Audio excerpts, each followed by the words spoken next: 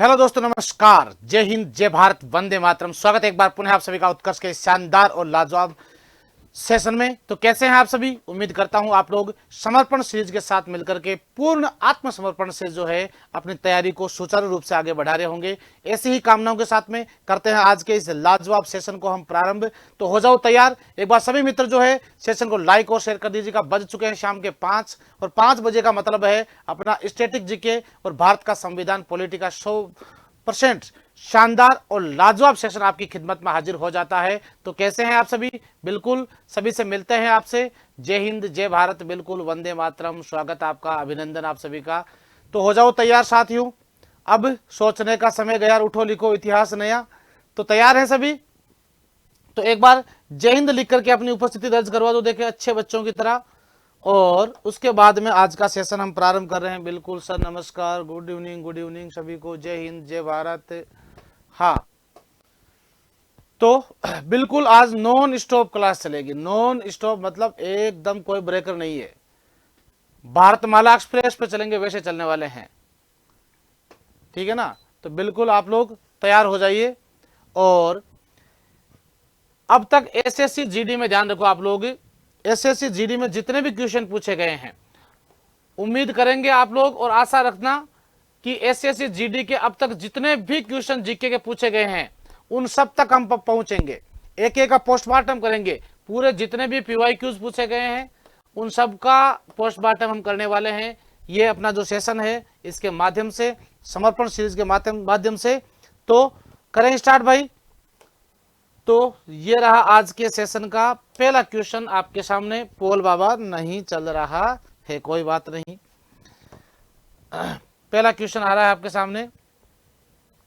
निम्नलिखित में से किसे राष्ट्रपति के निर्वाचन में मताधिकार प्राप्त नहीं है? यानी इनमें से कौन है जो राष्ट्रपति के चुनाव में भाग नहीं लेता है? ऐसे क्वेश्चन देखो बहुत इजी नजर आते हैं आपको, लेकिन अपन गलत करके आ जाते हैं। तो पहला है लोकसभा के निर्वाचित सदस्य, elected member of Lok Sabha. Rajya Sabha के निर्वाचित member, elected member of Rajya Sabha. राज्य की विधानसभाओं के निर्वाचित सदस्य, elected member of state legislative assembly. या राज्यों की विधान परिषद के निर्वाचित सदस्य, elected member of the legislative council of state. तो यहां सीधा सा आपको ध्यान रखना है, सबसे पहले राष्ट्रपति का जो इलेक्शन होता है, सुनना अच्छे से आप लोग, ये कंप्लीट कर लो ये बात, बार बार क्वेश्चन आ रहे हैं ऐसे। राष्ट्रपति चुनाव जो है, राष्ट्रपति का चुनाव की जो प्रोसेसिंग है, प्रक्रिया है, वो हमने किस देश से ली है? वो हमने लिए आयरलैंड से। आयरलैंड से नीति निर्देशक तत्व भी लिए गए हैं, राष्ट्रपति और उपराष्ट्रपति दोनों को ही। ये चुनाव किस प्रणाली से होता है? एकल संक्रमणीय आनुपातिक मत प्रणाली के तहत। ये क्या होता है? इसमें एमएलए और जो एमपी भाग लेते हैं उनका मत मूल्य निर्धारित होता है, जिसके लिए जनगणना 1971 ईस्वी को आधार माना गया है। जिस राज्य की जनसंख्या अधिक होती है वहां का मत मूल्य अधिक होता है, जिसकी जनसंख्या कम होती है वहां का मत मूल्य कम होता है। कंप्लीट है बात। कौन कौन भाग लेते हैं? तो इसमें भाग लेते हैं भाई लोकसभा, राज्य सभा और राज्यों की Vidhan Sabha, legislative assembly only. Vidhan Sabha के क्या सभी सदस्य भाग लेते हैं? तो जी नहीं, सभी सदस्य भाग नहीं लेते हैं। केवल निर्वाचित मेंबर ही भाग लेते, जो इलेक्शन जीत कर आए हैं वो भाग लेते हैं। मनोनीत सदस्य भाग नहीं लेते हैं भाई, मनोनीत सदस्य भाग नहीं लेते हैं। दूसरा, यहां आपका राइट क्या हो जाएगा? डी आपका करेक्ट हो जाएगा। राज्य की विधान परिषद के निर्वाचित सदस्य भी इसमें भाग नहीं लेते। विधान परिषद के ना ही तो निर्वाचित और ना ही मनोनीत कोई भी मेंबर जो है राष्ट्रपति के चुनाव में भाग नहीं लेता है। केवल लोकसभा, राज्यसभा और राज्य की जो विधान सभा है वही मेंबर इसके अंदर भाग ले सकते हैं, बाकी मेंबर भाग नहीं लेते हैं, केवल निर्वाचित लेते हैं। अच्छे से सुन लेना। अगर आपसे यहां पूछ लेते कि यही क्वेश्चन होता, यहां राष्ट्रपति की जगह उपराष्ट्रपति लिखा होता, तो आप क्या करते?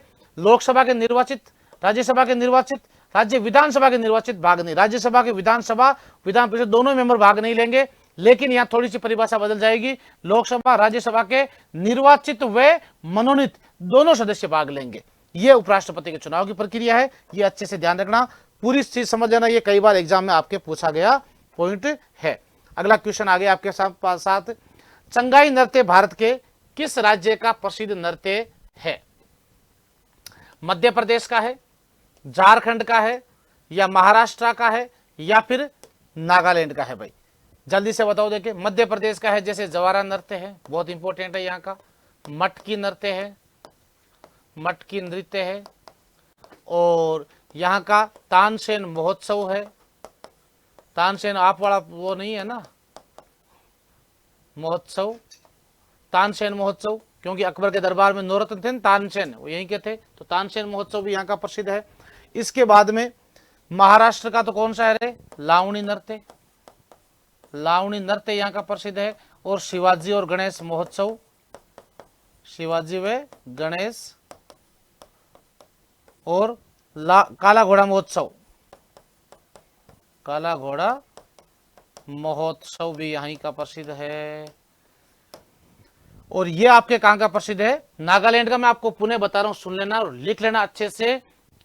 पिछली बार जीडी में कई बार रिपीट हुआ क्वेश्चन है कि हॉर्नबिल महोत्सव कहां का प्रसिद्ध है? हॉर्नबिल महोत्सव कहां का प्रसिद्ध है? तो हॉर्नबिल महोत्सव नागालैंड का सबसे प्रसिद्ध महोत्सव है भाई। इसे त्योहारों का त्योहार भी कहा जाता है, फेस्टिवल जो है त्योहारों का त्योहार भी कहा जाता है भाई। तो यहां आपका करेक्ट आंसर हो गया डी। नेक्स्ट क्वेश्चन ये रहा, बताओ। देखे भारतीय संविधान के अनुसार असंवैधानिक ढंग से नियुक्त व्यक्ति अपनी नियुक्ति को किस याचिका के तहत सर्वोच्च न्यायालय में चुनौती दे सकता है? सुनना अच्छे से, यह आपसे पूछा आर्टिकल 32 कि वो आर्टिकल 32 जो है उसमें 5 प्रकार के रिट लगाते हैं ना, एक रिट आपसे पूछिए। अच्छा क्वेश्चन है ये, बहुत शानदार क्वेश्चन है। भारतीय संविधान के अनुसार असंवैधानिक पद से नियुक्त व्यक्ति, यानी कोई भी व्यक्ति अगर असंवैधानिक तरीके से आजकल वो तिकड़म भिड़ती है ना, तिकड़म भिड़ा करके अगर कोई मामला सेट करता है पद का, तो उसके खिलाफ अपन कौन सी याचिका दायर कर सकते हैं? उत्प्रेक्षण याचिका, परमादेश याचिका, प्रतिषेध याचिका, या फिर बंदी प्रत्यक्षीकरण याचिका। तो यहां आपका राइट आंसर क्या हो जाएगा? बंदी प्रत्यक्षीकरण राइट आंसर हो जाए। कोई व्यक्ति अगर गैर संवैधानिक तरीके से पद धारण करता है तब। ये कब होता है? ये होता है आर्टिकल 32 के तहत, अनुच्छेद 32 के तहत सुप्रीम कोर्ट में हम जब भी हमारे अधिकारों का हनन होता है, हमारे अधिकारों का हनन होता है, तो हम 5 प्रकार की रिट यहां दायर कर सकते हैं। 5 प्रकार की रिट दायर कर सकते हैं। उसमें से एक रिट है बंदी प्रत्यक्षीकरण याचिका, यानी डी आपका यहां पर हो गया है बिल्कुल करेक्ट आंसर। किस आर्टिकल के तहत? अनुच्छेद 32 के तहत। और हाईकोर्ट में रिट, जब हमारे अधिकारों का हनन होता है तो हम हाईकोर्ट में रिट अनुच्छेद 226 के तहत लगाते हैं भाई। इसीलिए जो न्यायपालिका है, न्यायपालिका को भारत में न्यायपालिका को मौलिक अधिकारों का रक्षक कहा गया है, मौलिक अधिकारों का रक्षक कहा गया है। कंप्लीट है सभी के। अगला क्वेश्चन ये रहा, पंडित आनंद गोपाल बंदोपाध्याय का संबंध जो है वो किस वाद्य यंत्र से है? बताओ भाई। देखे तबला वादक है, सितार वादक है, सरोद वादक है, या सारंगी वादक है?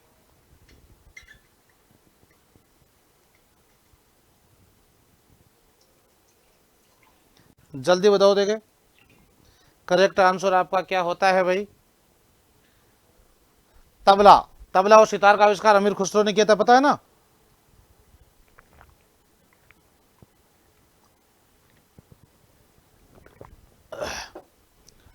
जल्दी से बता दीजिए भैया कि करेक्ट आंसर आपका यहां क्या होता है? प्रसिद्ध सारंगी वादक, सरोद वादक, या फिर सितार वादक, या तबला वादक। अगर मैं बात करूं तबला और सितार की, तो इसका आविष्कार किसने किया था? इसका आविष्कार किया था अमीर खुसरो ने भाई। किसने किया था? अमीर खुसरो। और अमीर खुसरो जिसके द्वारा कौन सा ग्रंथ लिखा गया है रे? खजाइन उल फुतूह है, खजाइन उल फुतूह है। और इसको उपनाम के रूप में क्या कहा जाता है? तोता ए हिंद, भारत का तोता इसे कहा जाता है भाई, भारत का तोता। और अमीर खुसरो जो है किसका दरबारी कवि रहा था? ये विशेषतः रहा था अलाउद्दीन खिलजी का दरबारी। और इसी के द्वारा इसी को कव्वाली गायकी का जनक भी बोलते हैं, कव्वाली गायकी का जनक इसी को कहा जाता है। और साथ में ही खड़ी बोली का आविष्कारक भी इसी को कहता है, क्या कहा जाता है? भारत में खड़ी बोली का आविष्कार कौन है? तो वो भी अमीर खुसरो है। और तबला और सितार का आविष्कार प्रसिद्ध सितार वादक कौन हुए हैं? पंडित रवि शंकर, जिनको इस कला के लिए ध्यान दीजिएगा संगीत के क्षेत्र का सबसे बड़ा पुरस्कार ग्रैमी अवार्ड मिला हुआ है। और विश्व मोहन भट्ट, इनको भी मिला हुआ है यह पुरस्कार। और प्रसिद्ध तबला वादक हुए कौन? जाकिर हुसैन, जाकिर हुसैन। और आपसे प्रश्न पूछा पंडित आनंद गोपाल जी, तो ये आनंद गोपाल जी भी किससे है भाई? तबला वादन से ही है भाई, ध्यान रखो आप लोग। तबला, तबला जानते हो, दो ढोल के वो एक साथ बजाते हैं। हाँ, अगला प्रश्न आ गया है। और अगले प्रश्न से पहले मैं आपको पुनः इत्तला कर देता हूं, आप लोगों के लिए बहुत ही सुंदर खबर है ये। एसएससी फाउंडेशन बैच आपकी खिदमत में हाजिर हो रहा है, जिसमें एसएससी सीजीएल, सीपीओ और सीएचएसएल बैच कब स्टार्ट हो रहा है? डेट नोट करो, 30 सितंबर से स्टार्ट हो रहा है। कब स्टार्ट हो रहा है? सुबह अर्ली इन द मॉर्निंग 7 बजे। एसएससी जीडी जिसका टारगेट आप सभी ने बनाया है, हमने और आपने मिलकर जो टारगेट बनाया है एसएससी जीडी का, वो स्टार्ट हो रहा है 30 सितंबर से सुबह 7 बजे स्टार्ट हो रहा है। आपकी लोकेशन क्या रहेगी? मंगल टावर, विष्णु धर्मशाला के सामने, रातानाडा, जोधपुर। तो इस बैच में अगर आप लोग जुड़ना चाहते हैं तो पहले दिन से ही अपना रजिस्ट्रेशन सुनिश्चित कर ले पहले से ही। और दोस्तों इस बैच के साथ आप लोग अवश्य जुड़िएगा, जो आपके लिए बहुत ही कारगर सिद्ध होने वाला बैच रहेगा, या आपके सिलेक्शन वाला बैच रहेगा। अगला क्वेश्चन ये रहा, बता दो जल्दी से, देखिए राइट आंसर आपका क्या होता है बाबू भैया? निम्नलिखित कथनों पर विचार कीजिए। करो भाई, विचार करो। विचार करते हो कि नहीं करते हो? ज्यादा विचार नहीं करना है, सिर्फ उत्तर पे ही विचार करना है। हाँ बिल्कुल सर, मेहनत में कमी नहीं रखेंगे। बिल्कुल, मैं उस माटी का वृक्ष नहीं जिसको नदियों ने सींचा है, बंजर मिट्टी में पलकर मैंने मृत्यु से जीवन खींचा है। मैं पत्थर पर लिखी इबादत हूं, शीशे से कब तक तोड़ोगे, और मिटने वाला मैं नाम नहीं, तुम मुझको कब तक रोकोगे, तुम मुझको कब तक रोकोगे। अमिताभ बच्चन, कितनी शानदार पंक्तियां उन्होंने लिखी है कि चरित्र जब पवित्र है तो क्यों है ये दशा तेरी, ये पापियों को हक नहीं कि ले परीक्षा तेरी, ले परीक्षा तेरी। तू किस लिए हताश है, तो उठ, तेरे वजूद की समय को भी तलाश है, समय को भी तलाश है।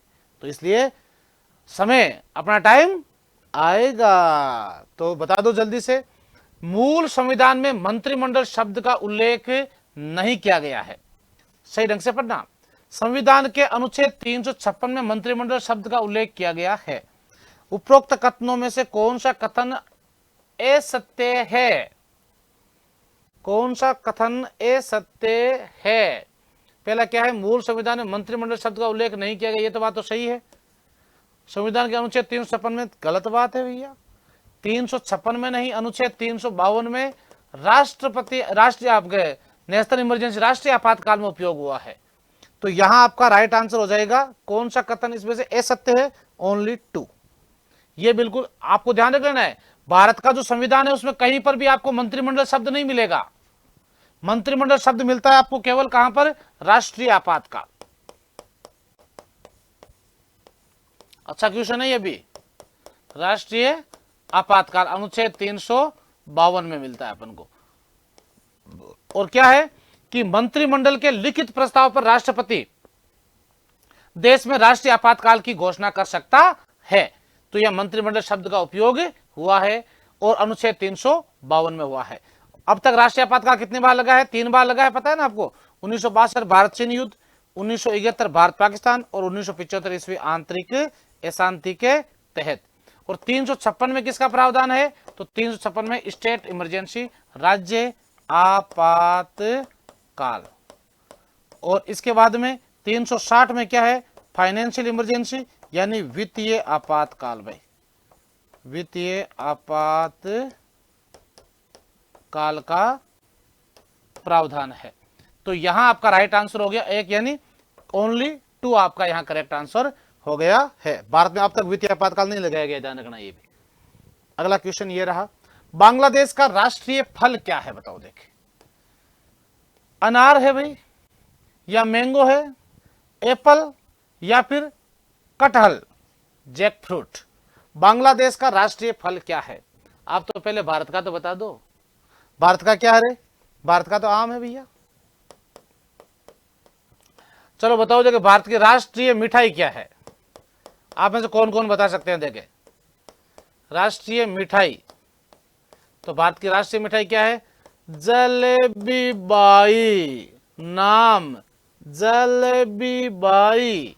और राष्ट्रीय खेल अपना हॉकी है ही, ध्यान रखो आप लोग सभी। तो अब जल्दी से आप लोग कमेंट करके बता दो मुझे,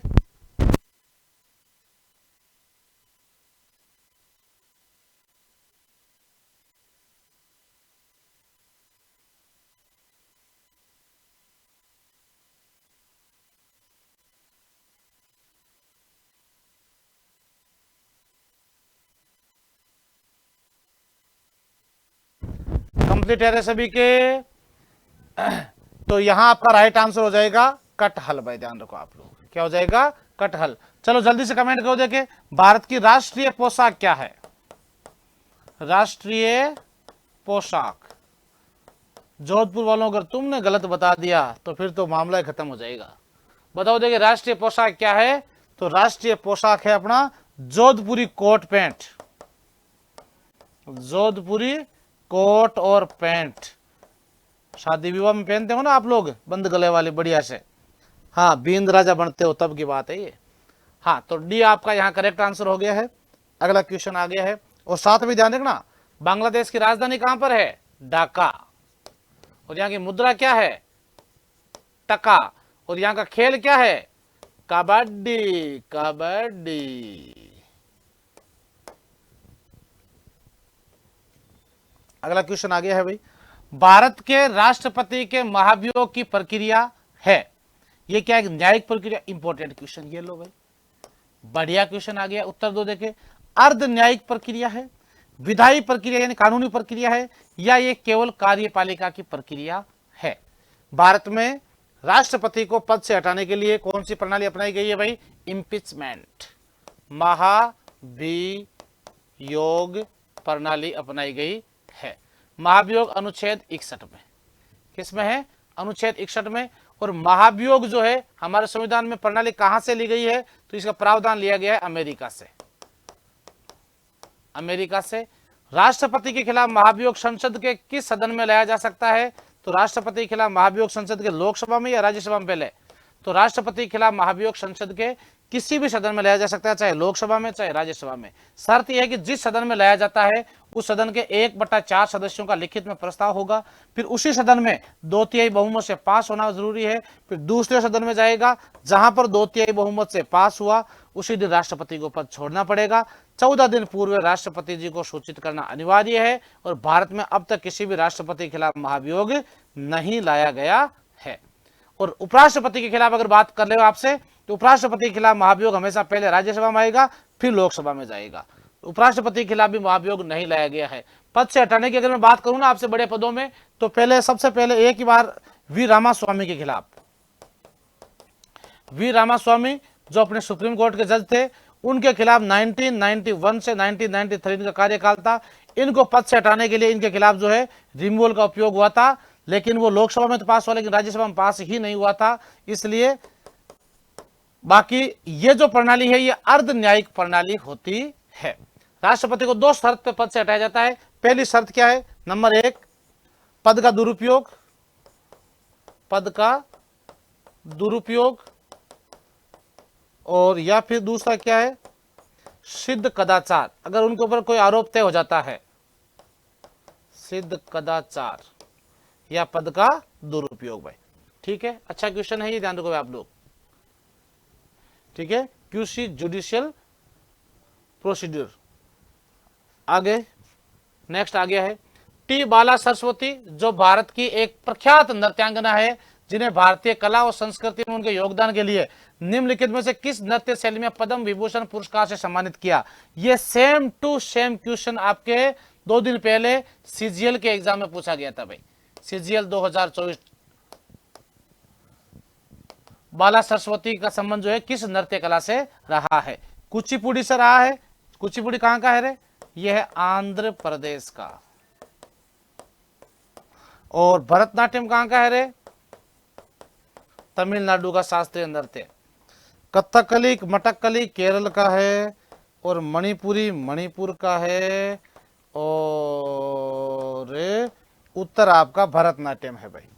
उत्तर आपका क्या है? कई नृत्यों के कलाकार बता चुका हूं मैं आपको, भरतनाट्यम, कुचिपुड़ी, कथकली, मणिपुरी। देखो ज्यादातर जो नृत्यांगनाओं के नाम पूछते हैं ना, एक तो बाला सरस्वती, एक सोनल मान सिंह, एक ठाकुर भिकम सिंह जी जो आपके मृदंग वादक, जैसे लक्ष्मण सिंह जी मृदंग वादक जो है, बांसुरी आपके ये हरिप्रसाद चौरसिया, और बिस्मिल्लाह खान शहनाई वादक, या फिर आपके झावेरी बेंदे जो मणिपुरी नृत्य से है, शास्त्रीय नृत्य। और इसके बाद में ध्यान रखो आप लोग कि प्रमुख जो नाम आते हैं, हेमा मालिनी है, और ये गुलाबो है, कालबेला नृत्य से है, और कथक नृत्य के बिरजू महाराज और भानुजी महाराज, लच्छू महाराज, सितारा देवी है। ये तो ये अपन से मेन जो है बार बार रिपीट होते हैं, पूछते हैं, जिनका आप लोग ध्यान रखना। तो यहाँ आपका राइट आंसर हो गया भाई, बी आपका यहाँ बिल्कुल करेक्ट आंसर हो गया है बाबू भैया। अगला क्वेश्चन है आपके सामने, ये रहा। कौन सा अनुच्छेद राज्यों में विधान परिषद के उन्मूलन या निर्माण से संबंधित है?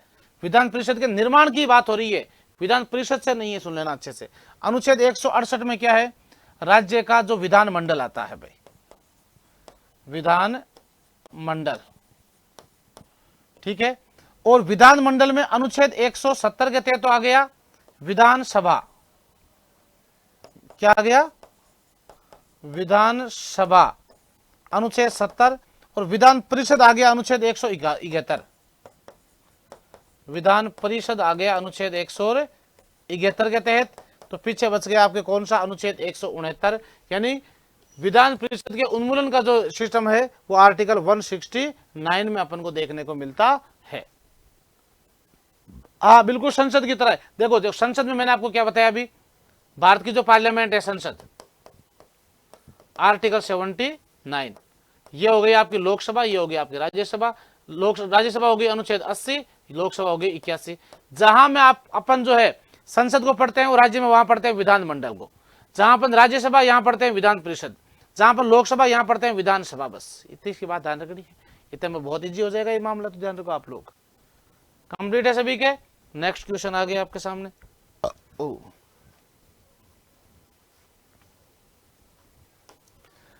और नेक्स्ट क्वेश्चन से पहले आपके लिए ध्यान रखना है, ये इंपॉर्टेंट इंफॉर्मेशन। अब परीक्षा लगेगी आसान जब तैयारी करेंगे उत्कर्ष के संग।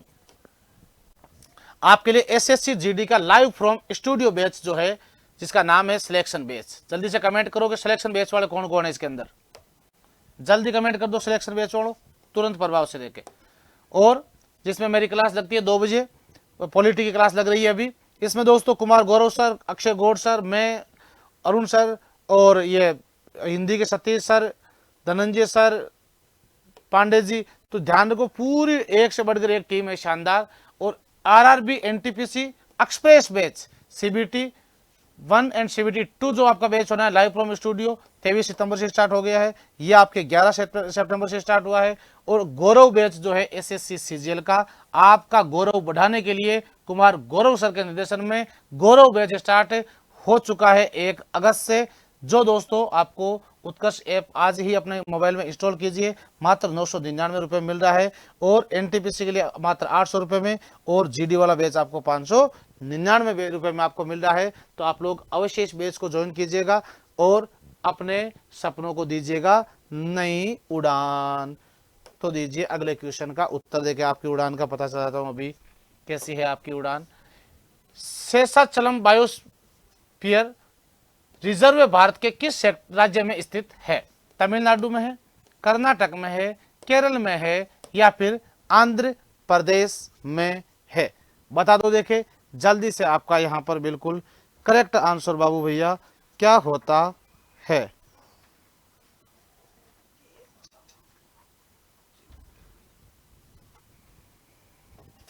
जल्दी से बताओ। देखो चिंग डबाक डब। तो यहां आपका राइट आंसर हो गया है आंध्र प्रदेश पे। पेरियार जो है वो है केरल में। ओके, तो डी आपका आंध्र प्रदेश करेक्ट आंसर है। नेक्स्ट क्वेश्चन पे बात करते हैं आपसे। भारत के संविधान को हमारी संविधान सभा द्वारा किस तिथि को अंगीकृत किया गया था? देखो मैंने आपको जब सिलेक्शन बेस में मैं आपको पॉलिटी पढ़ा रहा हूं तो मैंने आपको वहां प्रस्तावना लिखाई थी, और उस प्रस्तावना में मैंने विक्रम संवत तक इसीलिए लिखाई थी क्योंकि इस टाइप के क्वेश्चन भी पूछते हैं आजकल। तो सुन लेना अच्छे से। 26 नवंबर याद रखने से काम नहीं होगा। मार्गशीर्ष कृष्ण पक्ष की सप्तमी, भाद्रपद कृष्ण अष्टमी को, माघ शुक्ल सप्तमी को, मार्गशीर्ष शुक्ल सप्तमी को। जल्दी उत्तर बताओ। देखिए राइट आंसर क्या होगा आपका। मैं डेट बता देता हूं आपको। लो 26 नवंबर 1949, 26 नवंबर 1949 ईस्वी को आपको बताना है इसका विक्रम संवत। जल्दी से बताओ। देखा नहीं?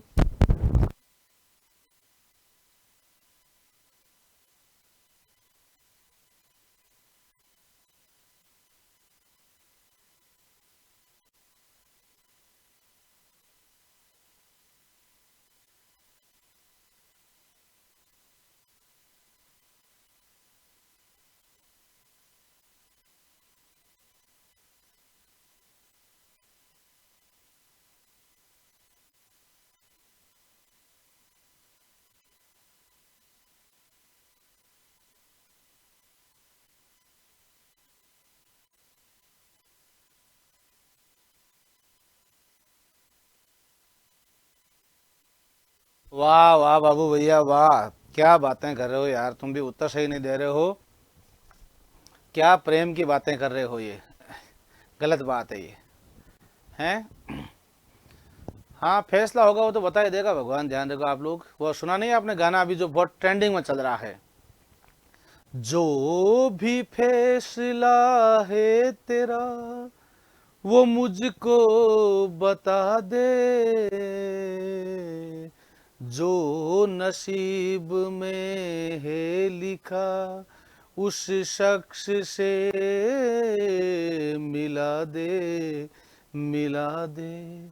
मैं दुआ के बाद जब भी आँखों को खोलूं, मेरे हम नवाब का चेहरा दिखा दे मुझे, फिर से एक बार उजड़ जाते हैं, चल तेरे इश्क में पड़ जाते हैं।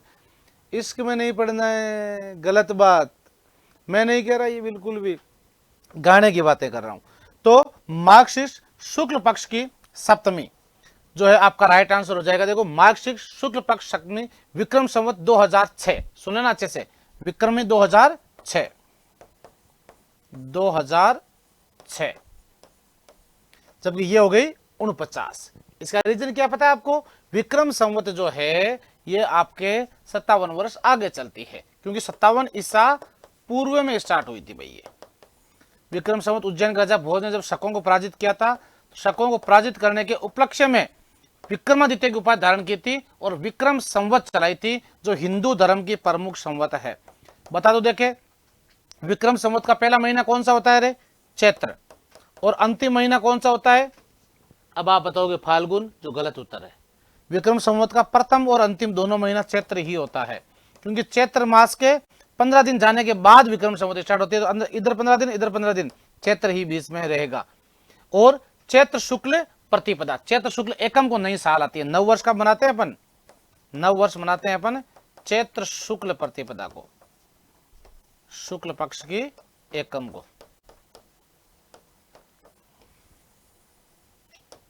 कंप्लीट। तो डी आपका यहां पर मार्गशीर्ष शुक्ल पक्ष की सप्तमी को विक्रम संवत 2006 को अपना संविधान जो प्रस्तावना जो है उस पर 284 मेंबर ने हस्ताक्षर कर दिए थे बाबू भैया। अगला क्वेश्चन आ गया है आपके सामने। भारत ने किस वर्ष राष्ट्रमंडल खेलों की मेजबानी की थी भाई? 2018 में, 2010 में, 6 में या 2014 में? राइट आंसर मनमोहन सिंह जी की सरकार के समय 2010 में। और अगर आपको थोड़ा बहुत याद है तो इस समय एक कॉमनवेल्थ घोटाला भी हो, राष्ट्रमंडल खेल कह दो चाहे कॉमनवेल्थ गेम्स कह दो, एक ही बात है ना। कॉमनवेल्थ गेम्स, कॉमनवेल्थ गेम्स का मुख्यालय कहां पर है रे? लंदन में, लंदन इंग्लैंड में। और भारत में कहां हुए थे आयोजित? ये हुए थे नई दिल्ली में। भगवान ने चाहा तो अब तो ओलंपिक ही होगा 2036 में, प्रोसेसिंग चल रही है पूरी। तो कॉमनवेल्थ गेम्स लंदन इंग्लैंड में, इसका मुख्यालय है। मनमोहन सिंह जी की सरकार के समय हुआ था। इस समय कॉमनवेल्थ घोटाला भी हो गया था, पता है ना आपको? कॉमनवेल्थ घोटाला, कोयला घोटाला, 2G स्पेक्ट्रम घोटाला, और एक आपके सबसे बड़ा चारा घोटाला लालू प्रसाद यादव, यादव वंशी होता गाया रक्षक शांतरा, जिनमें भगवान कृष्ण अवतरिया भी यादव कृष्ण वंश में ए लालूड़ा जलमगा, और काल के मायने गाया को चारो खाएगा, अब भूखी मरती गाया की अल्डावे आत्मा, एकर पाछो हजारे तो गांधी महात्मा। सोनदान जी द्वारा कविता लिखी गई इसके ऊपर। तो ध्यान रहे 2010 ईस्वी आपका यहाँ पर बिल्कुल करेक्ट आंसर हो गया है। कंप्लीट है सभी के। 2006 ईस्वी में चली थी मनमोहन सिंह जी के समय नरेगा, पहले नाम तो हालांकि नरेगा, 2009 में इसका नाम हो गया था मनरेगा, राष्ट्रीय ग्रामीण रोजगार गारंटी स्कीम। 2009 में नाम क्या हो गया था? मनरेगा। और 2009 में शिक्षा का अधिकार, और 2005 में सूचना का अधिकार अधिनियम जो है मनमोहन सिंह जी के समय पास हुआ था। अगला प्रश्न है, निम्नलिखित में से किस वाद में उच्चतम न्यायालय ने नीति निर्देशक तत्वों को मूल अधिकारों का पूरक कहा है?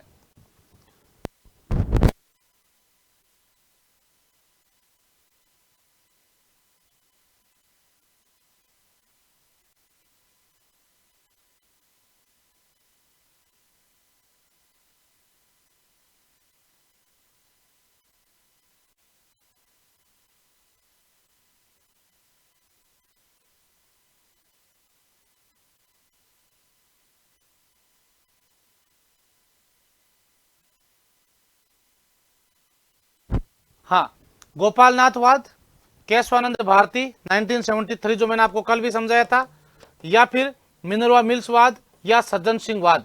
किस केस में जो है उत्तर गलत आ रहा है भाई सभी का? अभी तक गलत उत्तर आ रहा है, गलत बात है ये।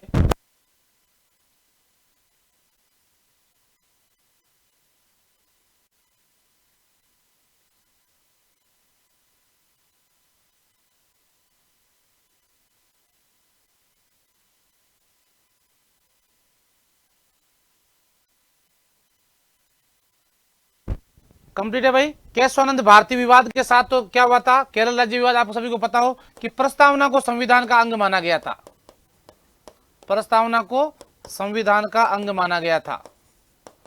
और किसके तहत सर्वोच्च न्यायालय ने नीति निर्देशक तत्व, आर्टिकल 36 से 51 जो अपन पढ़ते हैं ना, जो आयरलैंड से नीति निर्देशक तत्व को मूल अधिकार जो है, अपने मूल अधिकार यानी अपने जो मौलिक अधिकार है उनका पूरक स्वीकार किया था। तो मिनरवा मिल्स वाद के साथ के तहत, मिनरवा मिल्स केस के तहत जो है जो नीति निर्देशक तत्व है, उच्चतम न्यायालय ने नीति निर्देशक तत्व को मूल अधिकारों का पूरक माना था भाई।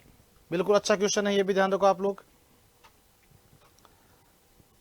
और ये रहा भाई नेक्स्ट, भारत के प्रथम रक्षा मंत्री कौन थे? स्वर्ण सिंह, बलदेव सिंह, वाईवी चौहान या कैलाश नाथ काटजू? तो भारत के प्रथम डिफेंस मिनिस्टर थे बलदेव सिंह, आपको ध्यान रखना है। बलदेव सिंह भारत के जो है प्रथम डिफेंस मिनिस्टर, पंडित जवाहरलाल नेहरू की सरकार में, पंडित जवाहरलाल नेहरू भारत के पीएम, जवाहरलाल नेहरू सरकार के समय, ध्यान रखना है आपको।